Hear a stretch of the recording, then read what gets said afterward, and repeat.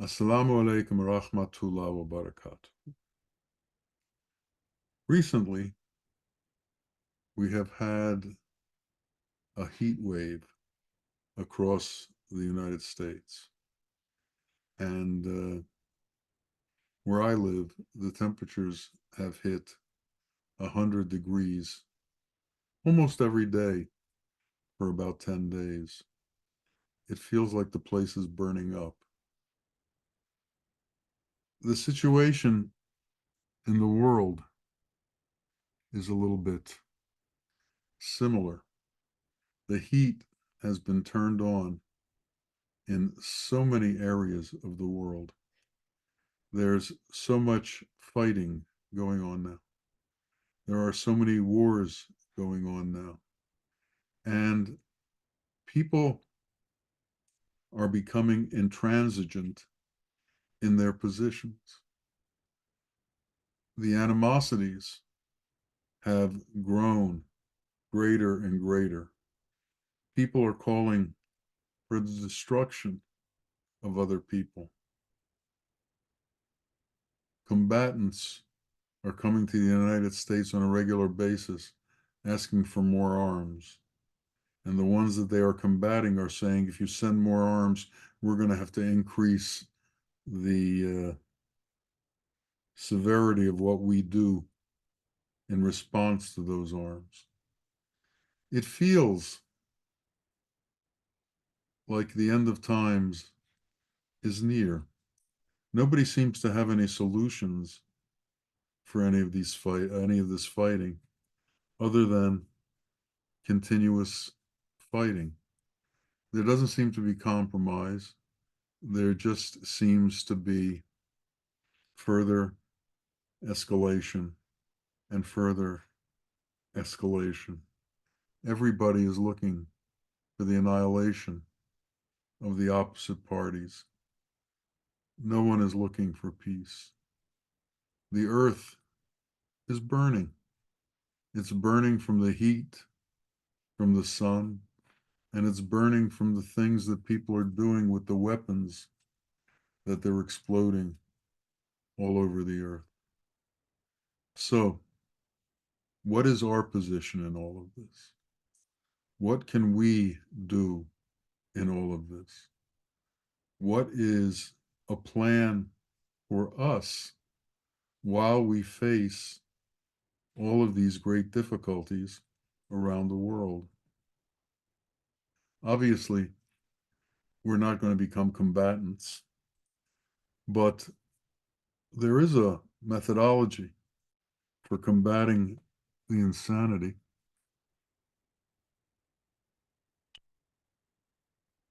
And we have to become attuned to that methodology. There's a story in the Bible about a town called Sodom and Gomorrah, and the fact that the level of depravity that was occurring within that city was such that God felt he had to destroy it. And Abraham, who had relatives who were living in that town, talked to God and said to him, if there were 50 good people in that town, would it be worth saving? And God replied, yes, but there aren't. And then Abraham said, how about if there were 40? And God said, yes, but there aren't. And then Abraham said, 30. And God said, yes, but there aren't. 20. Yes, but there aren't. 10. Yes, but there aren't. 5. Yes, but there aren't. And then Abraham became shy and didn't ask any further. The point of this story that we should pull from it is that a few good people can save a lot of people. A few good people can hold back destruction.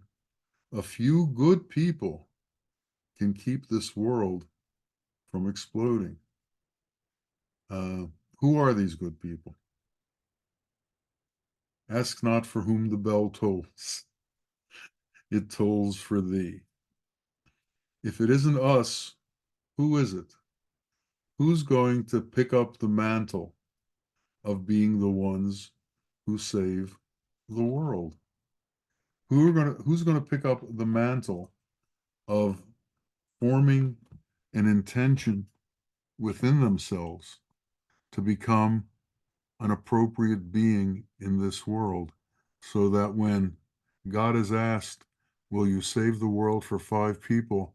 He can say, well, I can think of 5, I see 5 people who are worth saving. So what is it that we need to do? We need to form an intention to move ourselves towards God. We need to form an intention to understand the nature of God. We need to form an intention that we are certain that there is but one God, and He is our Father and our Creator and our Sustainer and our Nourisher, and there is no other that can do what He does, and we must give our obeisance and our surrender to Him. We must understand that His love is this incredible fullness that encompasses all of humanity. And we have to have the certitude that there is one God in this world and that He is everywhere and that He is spread everywhere throughout the universe. He's here, there, everywhere. And somehow this concept of this universal God who is one yet all encompassing, who is one yet everywhere simultaneously, has to be a concept that we accept and that we can bring into our being as truth. As we look at the world, God's marvels are displayed everywhere. They're displayed through His creations. We can see what He is capable of doing, because what He is capable of doing as we look around is obviously way beyond imagination. Where did all this stuff come from? It certainly didn't come from the minds of men. It came from something beyond that. He is one and alone, and we have to, with certitude, acknowledge that supremacy that is God. And the wise ones have told us that He is full of love. He is full of compassion. He is full of mercy, and He is full of justice. And He is displaying this love and this mercy and this compassion and this justice for His creation. And He wants His creation to be intermingled with Him. He wants His creation to know Him. And the reason for this creation was that we could, in fact, come to know Him. So when the question is asked, is there a good man? The answer is, are there men who know God? And if the answer is yes to that question, then the world will be saved. If the answer is there are no more men who know God in this world, then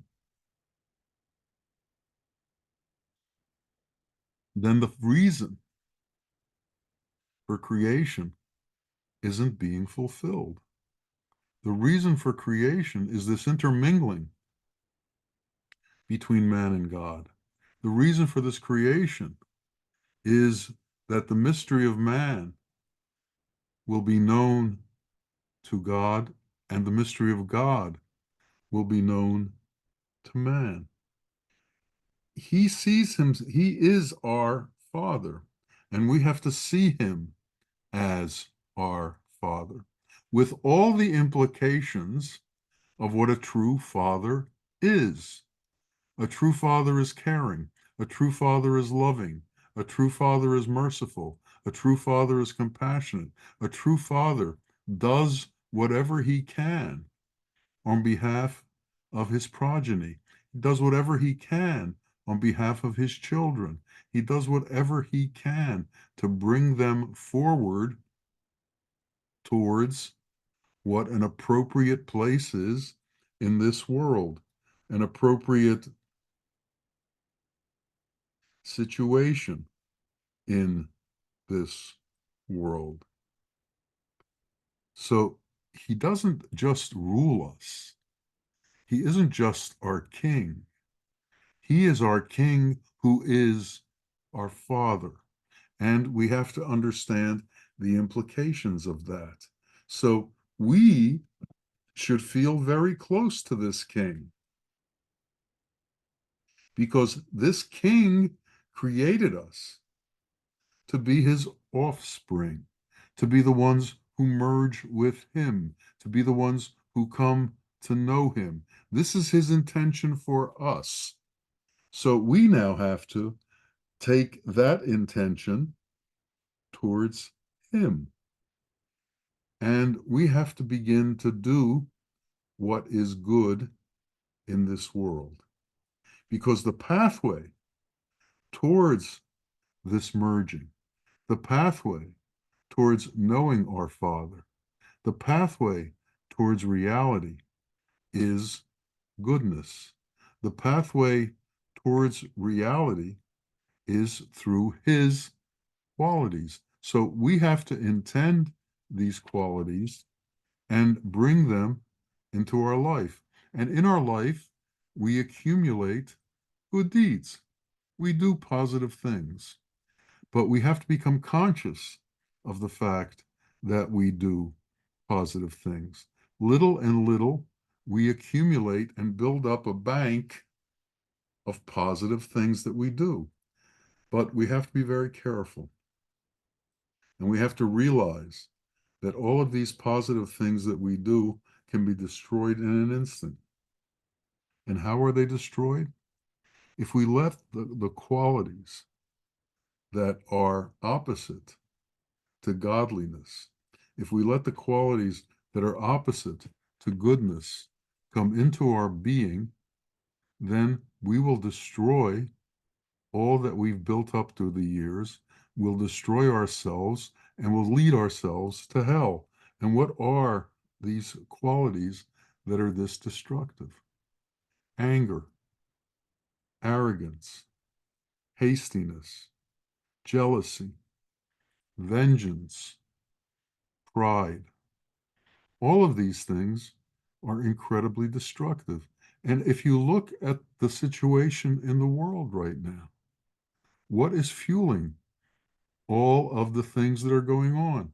Anger, jealousy, arrogance, vengeance, pride. These are things that nations partake in the same way that individuals partake in them. And the only way the nations are going to stop partaking in them is if the individuals stop partaking in them. The nation is a representative of the individuals within the nation. And if this is what's going on, the place where this is all going to lead to is not a good place. Selfishness and all of the qualities that come with I are like bombs. They destroy our goodness, but on a larger scale, if they become the national intention, they begin to destroy the world. And this is what's going on in the world right now. People have lost their sense of goodness. People have lost their sense of righteousness on behalf of whatever it is that the nation now wants to accomplish by way of conquering or by way of instilling its own uh, power over others. And as long as this goes on, this world will stay in difficulty, this world will continue to burn, and within time, this era of humanity will be destroyed because it cannot maintain this level of arrogance and anger and pride and vengeance and war and maintain humanity. What's happened is the weapons that we're able to use now are no longer knives. They're no longer even guns. They've gotten to the point where we explode atoms, and the power that comes within the exploding atom is enough to wipe out swaths of humanity in an instant. These qualities should never be used. And countries seem not to have any problem using them. Countries put aside normative behavior during war and say these practices are acceptable during war. It's okay to kill people because it's war. It's okay to destroy crops, to destroy homes, to destroy infrastructure because it's war. It's okay because of war. And then they have rules of war as opposed to rules of sanity. War is not sane. War is insane. And man has accepted insanity as normative. They've actually accepted insanity as a means to an end. But when insanity becomes a means to an end, that usually means that the intention is also insane. There's no reason for that intention. That intention is not accomplishing anything other than power and control. And if that's all that we're looking to accomplish,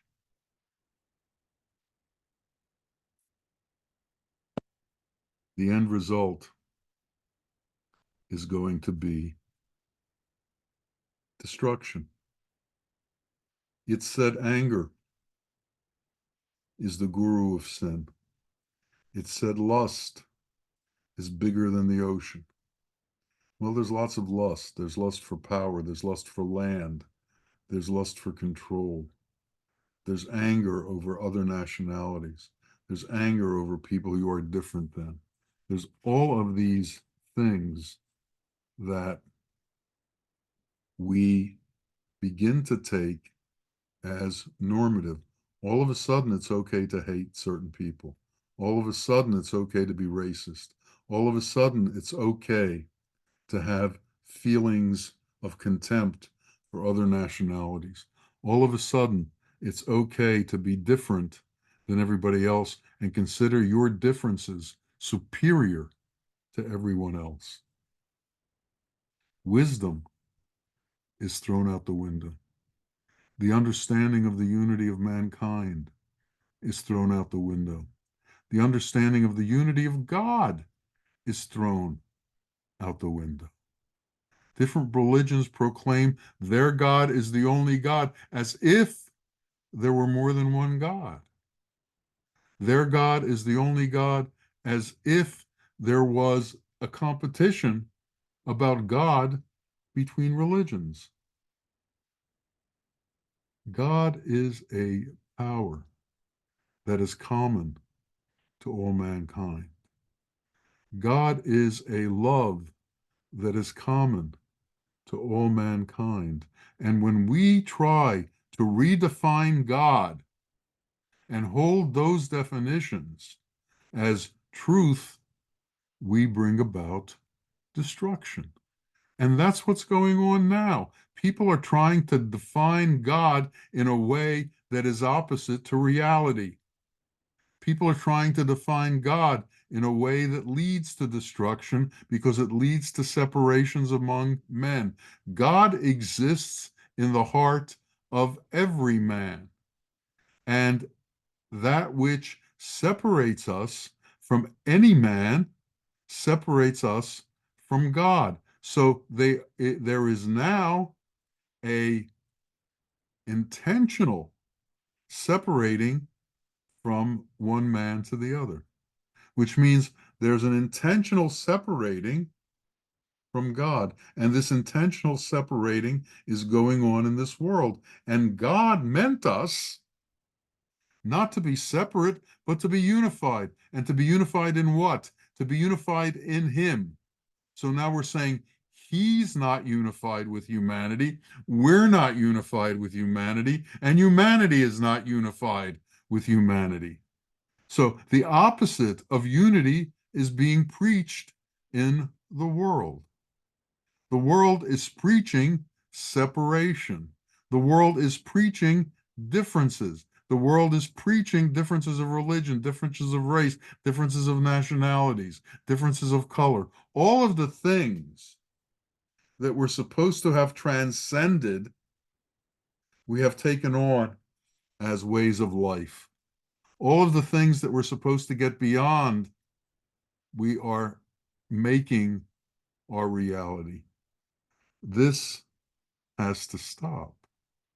But it's not going to stop on an international level in an instance. People aren't going to show up in stadiums saying, we've changed. We have to change one at a time. And the power of individual change is beyond our imagination. The power of the change that can occur in you is greater than you can imagine. The power of your change can change the trajectory of the time of destruction. The change in you can change the trajectory of what is supposed to come. About 1991 or so, we had been told by our Sheikh, Muhammad Rahim Bawa Muhaiyaddeen, that if 10 of us went around the Kaaba in his name, it would hold back destruction. Now think about that. 10 people in the name of one sheikh going around the Kaaba could hold back destruction. If you've ever been there, there are hundreds of thousands of people there. If you know the number of people on the earth, you know there are billions of people there. 10 people with an appropriate intention can hold back destruction. Well, again, we have to find out how we can become among those people. A small knife with a point, a sharpened knife, can kill somebody really easily. A tiny little knife can take down a 200-pound man. But not only can a knife take down a man, an intention can take down a man.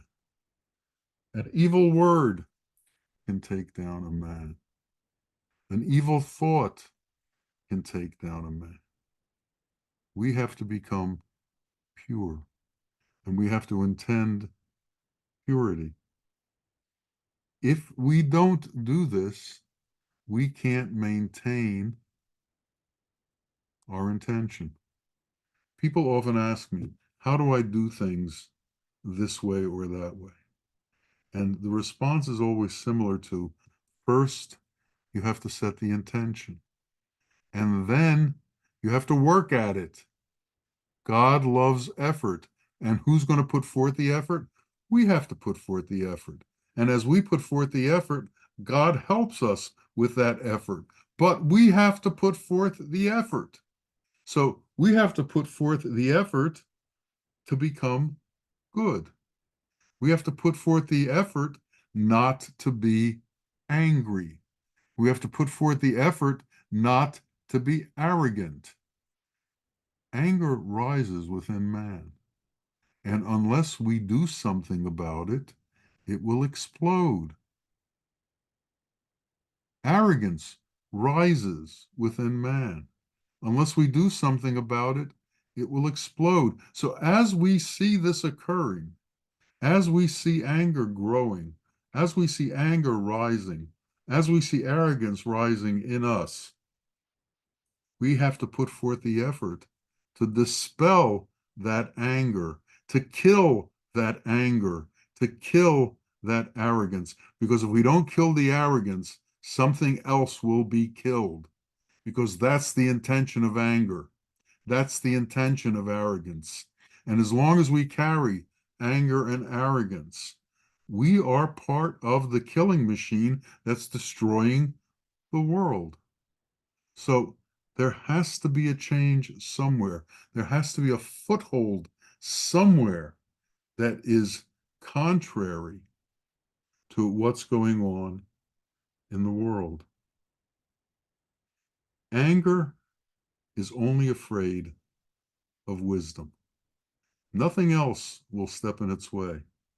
So through that point of wisdom, we can pierce anger through understanding the truth. And we know the truth. We know that anger isn't the truth. We know that God's qualities are the truth. So through knowing that, through knowing the power of mercy, through understanding the power of compassion, to understanding the power of justice, we can defeat anger because anger is opposite to all these things. It doesn't care about these things. All anger wants is its way. All anger wants is to control. And often we don't even know why it wants to control. It just wants to control. In truth, Satan is there directing all of this behind the scenes, directing anger, directing arrogance, directing jealousy, directing all of these qualities. And yet somehow we fall victim to the camouflage that Satan uses in order to make these things look acceptable. You have to do what you have to do now to make up for what was done to your ancestors. You have to do what needs to be done in order to make sure that the supremacy of your race is understood. You have to do what you have to do so that the world understands the supremacy of your religion as opposed to other religions. There's always reasons. And the question is, do we buy into these reasons? We have to learn not to buy into these reasons. And these reasons come from blood ties. They come from blood attachments. They come through ancestral grudges. They come through real estate uh, uh, disputes. They come through power disputes. They come through all of these kinds of things. But they become reasons for us for us acting the way that we act. And we have to stop it. And if we can stop it, if we can stop it in ourselves, then there's hope for all of humanity. As one man changes, other men can change. The power of change within you is such that when change has truly occurred, it influences others. The true man negates himself. And in the negation of himself, he allows God to to shine through him. God shining through man is an incredibly powerful force in this world. And when people run into people from whom God shines through, there is an effect. And that effect is they become conscious of another way of being, another way of thinking. All of a sudden, compassion can be understood. Mercy can be understood because there is a manifest human example of the divine. And this world needs manifest human examples of the divine. And the way you become a manifest human example of the divine is to negate the self and come to the understanding that only God exists. And if only God exists and you do not exist, then who is there when you do not exist? God is there, manifesting through you, his qualities manifesting through you. And as more people take on this mantle, as more people take on this way of being, then there will be a great influence in this world towards peace and towards a holistic healing of all mankind. And God will assist in this and will pull back destruction. It is not God's intention to destroy the world. It's God's intention that it flourish with godlike beings. He wants each and every one of us to become his prince and his princesses. He wants each and every one of us to become his children. He wants each and every one of us to merge with him and to become like him. God doesn't need us to pray. What in truth is needed is for us to become like him. Make sure that you're not praying one portion of the day and stealing to feed your stomach another portion of the day. I was told by a friend of mine from the East that the drug dealers used to go to the sheikhs to get blessings on their drug deals.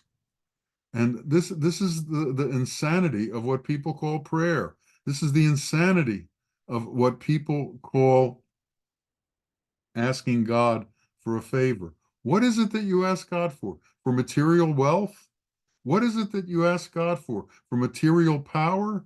What is it that you ask God for? Wealth within this world? Do you ask God for temporary things, or do you ask God to take you to the eternal?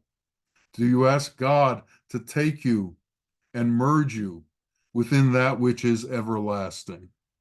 Well, the way the world is going right now, everlasting is not the way of the world. Why? Because the world isn't interested in everlasting. The world isn't interested in eternity. The world is interested in temporal control over things and accumulation of the riches, or the so-called riches, of this earth. It all is about attitude. And somebody has to take forth the appropriate attitude. And it has to be us. We have to become conscious of the fact that our purpose in this life is to understand eternity and become that which is capable of being eternal. It's not to accumulate the wealth of this world. Man is seemingly incapable of understanding the temporary nature of his existence. Man seems to be incapable of understanding that this body is going to disappear. It's going to end. It's going to dissipate. But that's not who we are. And too much time, for most people, all their time, is spent on this body and its positioning. When man doesn't understand God, man tries to exalt himself. Man who understands God doesn't need to exalt himself because he understands God's all there is. But so much of the world right now is into becoming bigger and larger and more important. And in that intention, they're becoming incredibly destructive and incredibly uh, lost in their own imagination of reality. And their imagination of reality is that the more they have, the better off they are. The more they control, the better off they are. And none of this is true. Truth is a very rare commodity. And the only way you're going to get to truth is if you get to wisdom. And the only way you're going to get to wisdom is if you begin to take on God's qualities. And the only way you can do that is if you set the intention to do that as opposed to accumulating the world. So we have to intend to love. And we have to learn that love is not conditional.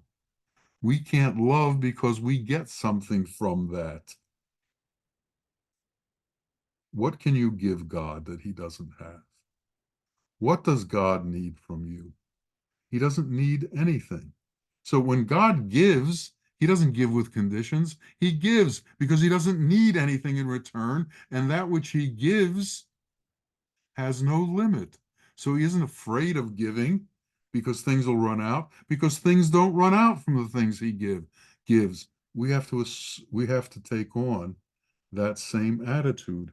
We have to understand that when we truly give, Allah replenishes us and replenishes us and replenishes us, and we can never run out because we give from the source of all things. We give from the source of truth. We give from reality. You don't need to be afraid of giving your food to others and you'll run out. Give love. Love is the only thing that truly satisfies. God's mercy is the only thing that truly satisfies. God's compassion is the only thing that truly satisfies. When you give love, people will be satisfied. It'll be like giving cold water to a man who's thirsty. Understand that. God rules his kingdom with tolerance, with peacefulness, with compassion and mercy. The aggressors in this world right now, how do they rule their kingdoms? They rule their kingdoms with iron fists. They rule their kingdoms with murder. They rule their kingdoms with intimidation. They rule their kingdoms through fear. This is the difference between man and God. We need godly rulers. We need compassionate rulers. This globe is lit by the souls of man, by the light from the souls of man. And we need to be conscious of that light, and we have to move towards that light. Those who surrender to God have forgotten themselves. Those who haven't surrendered to God are just trying to make themselves bigger. So we have this conflict. You have maybe 1% of the people who've surrendered, and the rest who've surrendered with conditions. And the conditions being that their religion is the most important, that they will be able to accumulate the most wealth, that they will be able to control the rest of the world. That's their condition for surrender. And then they will tell you that this is actually what God wants for them. Everything's been turned upside down. We have to turn ourselves towards God. We have to turn our intention towards God. We have to turn our qualities towards God. We have to ask God to take us to the path of purity so that we become exemplars of truth in this world. And if enough men become exemplars of truth in this world, this world will change. And how many is that? Who knows? I don't know. Maybe it's 1,000, maybe it's 100, maybe it's 10, maybe it's 5. But for God's sakes, some of us have to do it. And we can't look to others to get it done. We have to do it ourselves. So we have to ask God, help us be the ones who fulfill your intention. Help us be the ones who bring your light into this world. Help us be the ones who bring peace to humanity. Help us be the ones who show humanity what it is that you wanted from them. Help us be the ones who assist man in the transformation towards divinity, which is our birthright, so that we can all become his children and merge in his bliss. May it be so for each and every one of us. Ameen. Ameen. Ya Rabbil Alameen. Assalamu alaikum wa rahmatullah wa barakatuh.